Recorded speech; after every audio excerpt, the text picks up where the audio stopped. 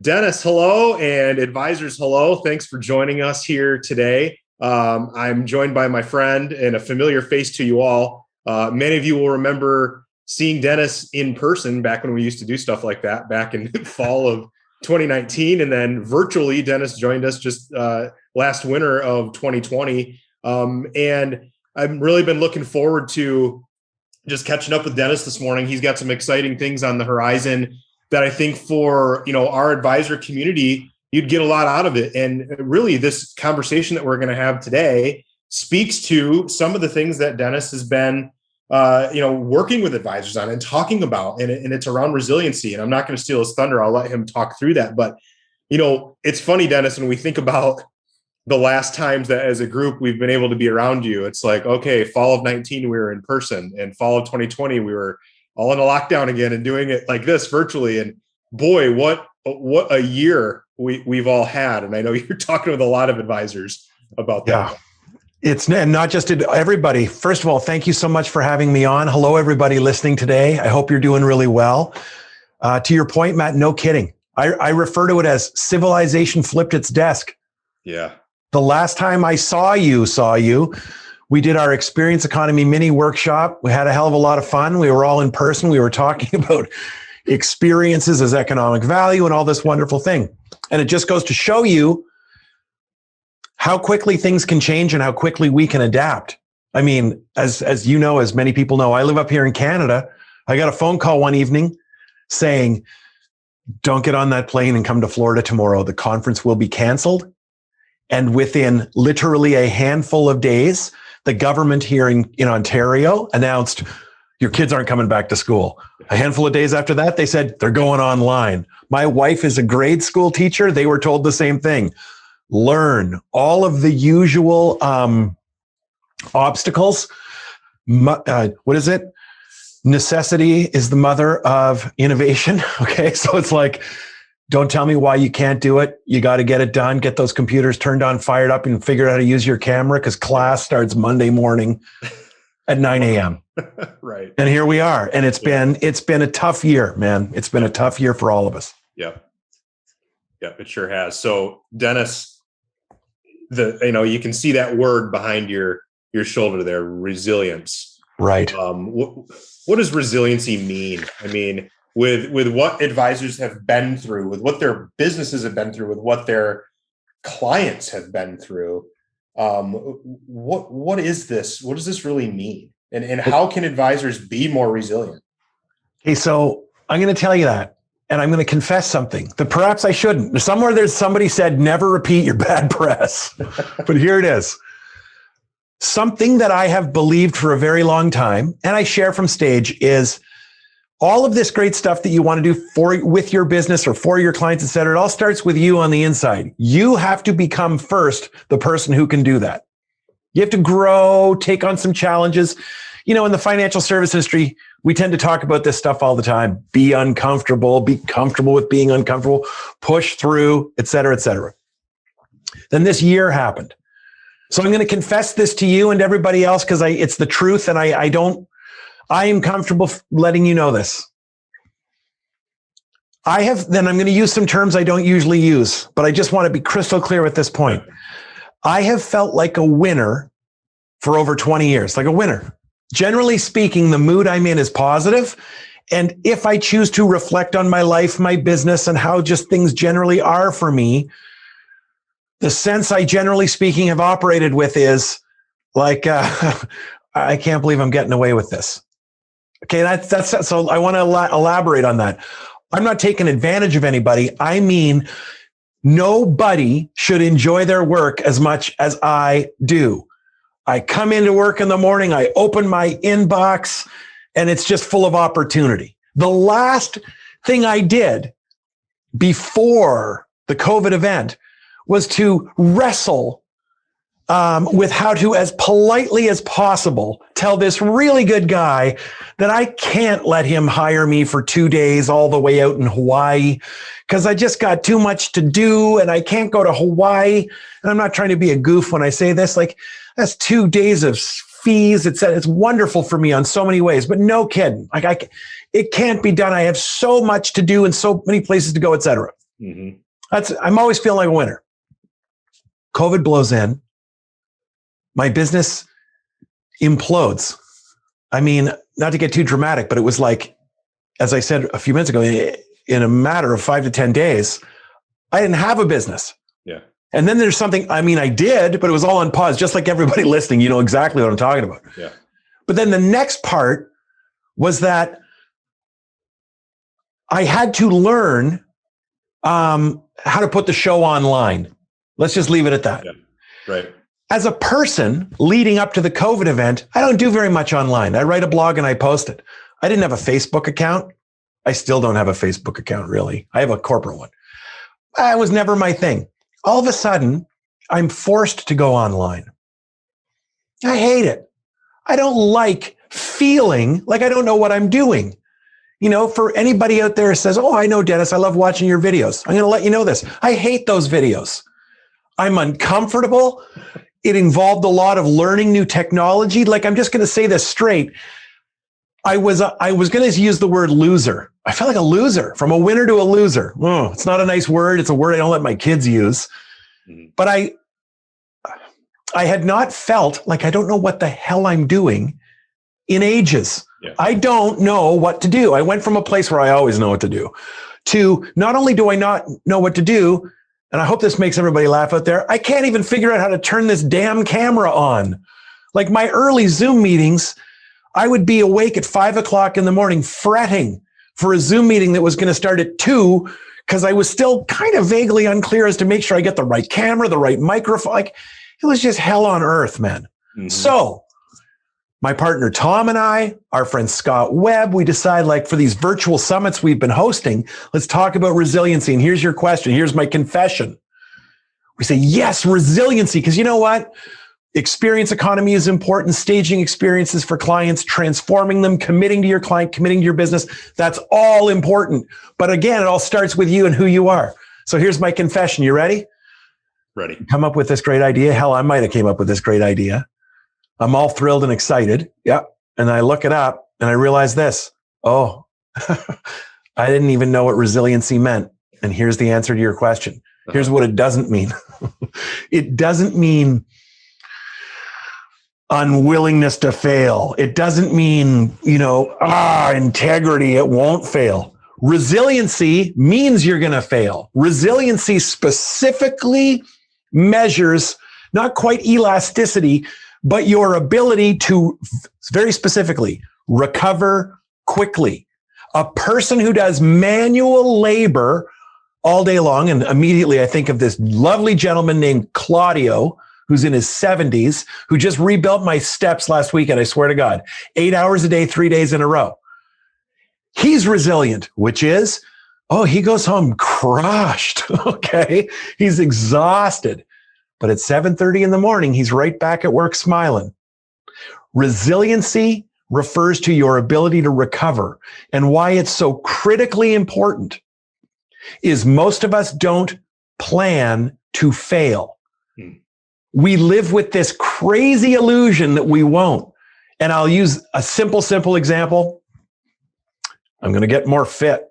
I'm going to do a little tiny workout right here in my office. Every day I'll close the door. I'll do some push-ups and some squats and some something. Okay, now hear me out. That's great. And then your buddy, who doesn't mean to be unhelpful, says to you something like, yeah, you'll do that for a week. I did that, then I quit, or something. People don't mean to be unhelpful, but sometimes they can be. What you're missing is the plan to reach for when you fail. So I think we can all relate with wanting to be a little bit more fit or wanting to lose a couple of pounds. And I think we can all relate with, and I was doing really well. Speaking for myself, I was actually doing this little routine, okay? And then you know what happens. One day sort of occurs to you, I haven't done that in a couple of days. Oh, what happened here? It's Thursday. I haven't touched those for a few days, okay? Now what happens is you're crushed with shame and pain, failure, self-talk. I blew it. And then you don't know how to start again. Inertia is a really, really tough thing to turn around. So what I have learned is you need to be able to reach for a plan. When you start your plan, your business plan, the plan you might have to spend more time with your children, the plan you might have to get more fit, it doesn't matter. Whatever the plan is, you also have to have the other plan, which is what will you do when you realize, I'm doing that thing I swore I wouldn't do. You've done it. Now what do you do? And if you're listening right now going, yeah, I suppose so, just picture it. You're reaching for something that isn't there now. You don't have the in case of emergency break glass. You don't have it. So this idea of resiliency, this summit that we're hosting, it's about resiliency of the self, learning how to personally be more resilient, to take a punch and to get up and go, especially if you're going back to building this business based on staging experiences and guiding clients. You need to personally be resilient, and your business needs to be resilient. Can your business take a punch? Can your business bounce back? Can it bounce back from this COVID event? So that's what we're going to be chatting about May 11, 12, and 13. Resiliency of the self, building resilient systems and relationships with your clients, built to last. And of course, there'll be plenty of customer experience work into that as well. That's our calling card after all. You know, Dennis, what you make me think of when we're talking about this is, you know, the differences out there between optimism, pessimism, and realism. For us to be so overly optimistic that we don't ever expect to fail could be, we're flying in the face of being foolish. Yeah. But it's not pessimistic to expect to fail. It's realistic. We have to plan for how are we going to get up, because at some point we're going to get punched in the face. It may not be a pandemic every year. It may not be a stock market jolt. It may not be a death in the family, but all these things will happen. There's always going to be the next COVID. There's always going to be the next big thing. And personally, how will we be resilient? So I love the idea about thinking about and proactively planning for how can I respond in my personal life, in my business life, and how can I be resilient? Because to think about that, I mean, a lot of people they're not expecting that. And I think it's an interesting lens that you propose. And I'm curious what some of those things are that people can do, ways that they can be more resilient or plan for this. Okay. Well, and by the way, to your point, it doesn't have to be a punch in the face. How about losing a really great client? A client that you would have told me, there's no way I'd ever lose Matt Allard. He loves me. Oh no, Dennis, we're going in a different direction. That's a punch in the face. How about unfair criticism? Ooh, I just literally wrote a blog about that one. Really, Dennis? Did you have a recent experience? Why would you ask, Matt? Yes, I did. Okay, so I'm going to tell you, this is for everybody listening to answer your question. I'm going to give you 5 things that you can do right now just to help you build resilience. And I'm going to share another very personal story with you all because I want you to know how I felt this. So I've already told you, like, when COVID flipped its desk in March of 2020, in my professional world, I was booked until the end of first quarter 2021. So everybody, you just have to appreciate, in my former line of work, let's call it, things don't get better than that. Okay? It's like, so you don't have to spend any energy or time trying to find work for the next 14 months. That's correct. All I have to do is work on my wonderful craft and putting out exceptionally great talent and enjoying every minute of my life like I do every day. I went from that to not knowing what to do. And I hadn't had no idea what to do since I was a university student. Right. Hey, like, that's a hell of a long time. At one point last August, and I'm just sharing this with everybody so you know how real this is to me. It was my wife Sherry's birthday. And I had been trying in my world everything I could. You know, all of this new stuff I had to master. I'll just get to the point. And it was Sherry's birthday. And I don't get my usual summer off because I'm here working, trying to figure out the new world. I had managed to buy a birthday gift I brought my daughter home from the cottage to spend a few days with me in town. We'll go back up on the weekend. Ella and I, God love her, we're driving up the highway, and I realize, oh my goodness, I just left Sherry's birthday present on the kitchen table. Okay, so I'm going to let you all know this. At the time, I am a professional who has managed to generate about $1 million a year for many years in a row as a speaker. That's like saying my kid started a band in the garage and he's got a record deal and a tour and it's been going on for years. I went from that guy to being so rocked, like, and even telling you this, I put my hands up like I'm defending myself, right? Like, that in front of my daughter, I almost started to cry. And I literally said to her, Ella, and I could hear it in my voice, I said, I keep trying and nothing is working. Yep. Like, I can't even remember to bring your lovely mother a birthday gift. And I looked at Ella and I said, if my dad, God love him, ever had problems like this, I didn't know, because I never saw my dad weak. Not that he was some tough guy. He wasn't. He was a big sweetheart. But if he hated his boss, or was mad at his boss, or was angry at work, I didn't know. Just watching the guy, as far as I was concerned, your whole life was about fun, right? So I was in a bad place, and I had to dig deep. This is what I came up with. These are 5 things, and they're easy. You got to change the narrative. This is all science-backed, science-based. Change the narrative. Get out of your pity cycle a little bit. I've told people this for years. Now I tell them the same thing, but for a different reason. Go to WordPress and start a blog. Make the title of the blog your zip code. Nobody ever has to read it. You just have to write in there. Change the narrative. Express all of your frustration and look for your silver linings. Hey, here's one. My entire speaking tour crumbled. My business flipped upside down. It is no longer the same. What's the silver lining? This is the first time in my adult life I've spent more than a year at home. I have incredibly close relationships with my children. I never want to go on the road again. Not a good thing to tell a guy that would like to book me at some point in the future. But truly, the silver lining became, no, this is the way to go. Dennis, quit trying to get something back. Try to build something for the future. This online is amazing. Look at me. I'm talking to you, and I never had to go to Michigan. Mm-hmm. I could hang up and say, let's talk again in an hour. And there you are. I could say, let's talk at 4:00 today. You email all the advisors and you tell them, let's talk. And here we all are. This is amazing. The second is to face your fear. The changing the narrative is great, particularly for things that have happened. But what about the new stuff? So for me, everybody's got their own. For me, it was turning the GoPro camera on and recording a video, switching to video blogs, it was impossible.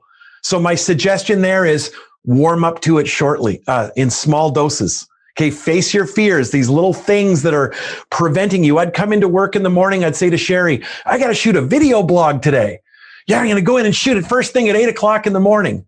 Oh my goodness. I took procrastination and self-doubt to an art. Okay. Then I'd get home at 6, frustrated and late for dinner. Cause I couldn't even make myself shoot the damn thing until 4:00 in the afternoon.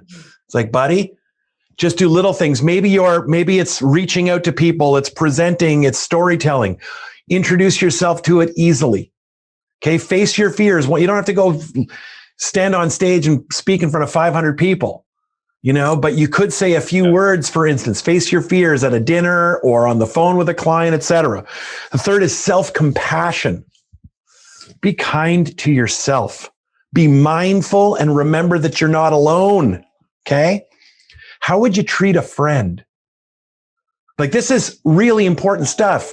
How you think is how you feel. How you feel is what you believe is what you are. So Tom Frisbee, my beautiful business partner, every time blew language, I would tell him how much I hated technology. I can't do this. He'd go, Dennis, don't say that. Don't say you can't do this. You just don't know how to do it. Don't believe that. Don't say you can't do this. Denny, be good to yourself, buddy. You're a really good guy. You care about these people. Change the narrative. You also care about your work. You don't hate video. You don't like doing stuff not as well as you want to. So let's it starts in your head, but then it gets a little bit more practical, such as, Compassion. Looking at what you can do. Hey, Dennis, what can you do to change the circumstances around yourself that could make this more possible? I mean, it got down to blocking and tackling for me. I changed the way I organized my weeks. I remember saying to Sherry one night, ooh, the last 2 weeks have been really good. Sherry goes, oh yeah? I said, yeah. I changed my Monday into a Friday, meaning the activities I usually do on Monday, I realized I would be further ahead if I did those on Friday, not Monday. And it alleviated a bit of a jam. My fourth tip is to meditate. Whether we realize it or not, we're all failed meditators. When you're watching sports on TV and they cut to a commercial break to talk about deodorant, you're meditating. You're meditating on deodorant, whether or not you need it. That's what Mark, okay? It's real. It doesn't have to be sitting in a room with candles chanting. Okay, meditating can be go for a walk. Self-compassion. Before I go home, every evening, I clean my entire office. So that self-compassion, the very first thing when I walk into work in the morning, what do I think? This is a good place to be. Mm-hmm. Whoever works here is a winner, not a loser. Oh yeah. Last night's Dennis sets this morning's Dennis up. That's a really good one. Like it. And the last one is this. Cultivate forgiveness. Forgive yourself, forgive others. So I'm going to tell you something that really burns me about myself. So you see my groovy logo behind my head there, the swirl? Yeah. When I had that done, I hired this communications company. I paid them a ton of money. They're a legit firm. I loved working with them. They were wonderful. So I went and I was explaining to this one guy what I do. So they designed my logo. They were really solid. He goes, now what exactly do you do? So I tell him this wonderful customer experience story. And I say, that I help businesses do that. This was funny, Matt, for one main reason is this guy was totally deadpan through the entire thing. It was like a Saturday Night Live skit. So I finished telling him this story and he goes, because you can see me, I'll do it for you. He goes like this. Wow, that's incredible. I've got chills. Okay. And he looked like he was dead. Yeah. He goes, wow, that's incredible. You're ready? And then he said this. You should have a podcast. And I said this, ready? What's a podcast? Okay, now I'm the only guy that doesn't have a podcast. And this is the whole cultivate forgiveness. I couldn't forgive myself. I thought I didn't pay enough respect to social media. I never bothered learning how to read it or work it, I beg your pardon. So as a consequence, I wrote a beautiful blog, if I may say so myself, from my heart, 5 days a week for like close to a decade. You ready? Nobody ever read it. So all of a sudden, I was always reliant on my other job. People knew who I was. They'd see me speaking at conferences. I had a following, etc. But when the world tanked, suddenly I didn't have the skills required. I hadn't done the work. I didn't have a blog. I didn't know anything about hashtagging. And all of a sudden, the whole world was moving at 1,000 miles past me, and I became an also-ran. That's just another way of saying loser. Seemingly overnight. I'm telling you, this year has been one of the most important in my life. So as it all comes around full circle, this idea, this resiliency summit, it's to take everything back a step. It's still, let's talk about customer experience. It's still doing more work that matters. It's still connecting with clients, guiding them to transformation. But we've taken this different attack on it. And that attack is through the lens of resilience. It begins with you. What's a resilient system in a business? It's a system that when it fails, what? I've lost a great client. I can't believe this. Personal resilience. You can take it. Second, you can immediately look at your business and identify and say, well, there was the problem. And here is how we fix that so this never happens again. Resilient relationships. You have no idea how many people I talk to who are now terrified of losing their clients. Yeah. They say, because I can't meet them face to face. It's like, well, that's not a resilient relationship if you fear it could not survive this. So this is the idea of resiliency. And that's the purpose of this wonderful summit. It's May 11, 12, and 13. Okay. And we would love you all to attend.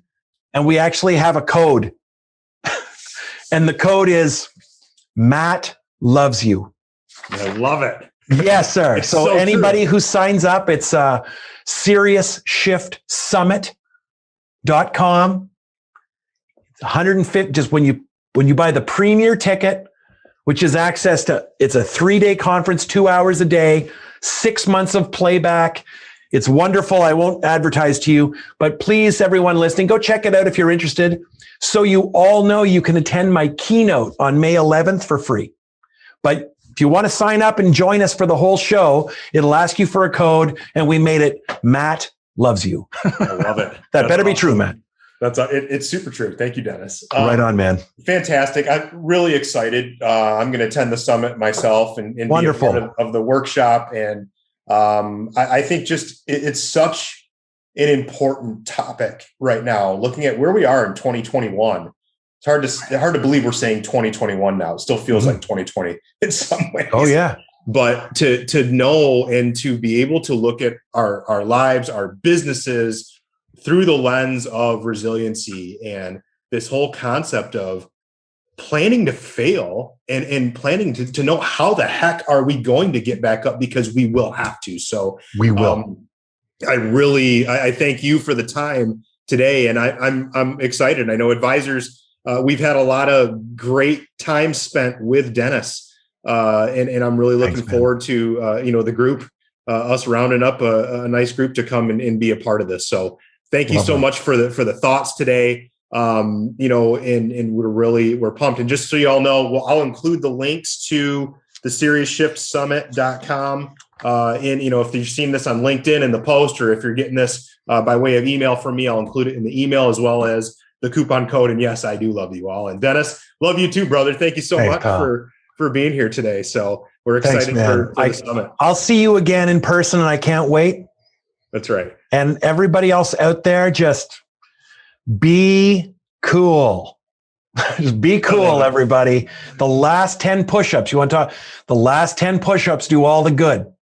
All the work we have collectively done to get to this point, this is when the lizard thrashes. Oh, it wants us to give up right now because we're close to winning. It'll throw every trick it's got to break your spirit and make you stop. Don't let it happen. Don't let it happen. We're almost there. We worked really hard to get to here. Now let's cross the line and get to the point where we can look back on this and agree never to talk about it again. I love it. Right on, man. Well, as always, been an absolute pleasure. Thank you for your time, and we'll see you in May. Thanks, brother. Thanks. Cheers.